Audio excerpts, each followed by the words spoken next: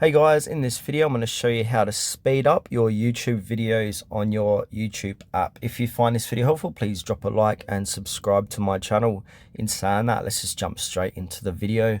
Alright, so in order to do this, go ahead and find that YouTube video that you'd like to get sped up. So I'm going to open up my YouTube app. Alright, I'm inside YouTube, so I'm going to find a video I'd like to speed up. So I'm going to click on this one here. I'm going to pause the video. An ad might appear, so I'm going to pause this and skip out of the ad. Alright, so I've got this video here. So now to speed this video up, what we need to do is click on the gear icon that's located top right hand corner of the video screen box there. And then we've got quality, playback speed, caption lock screen, additional settings. We need to click onto the playback speed. At the moment it's set to normal speed. So to speed it up, we need to click on 1.25 speed, 1.5, 1.75 or 2 times. So 2 times is twice as fast.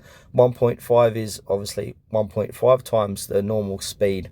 So if I want to go ahead and speed up by 1.5 times, I'm going to click onto that, press play, and then that will speed this video up.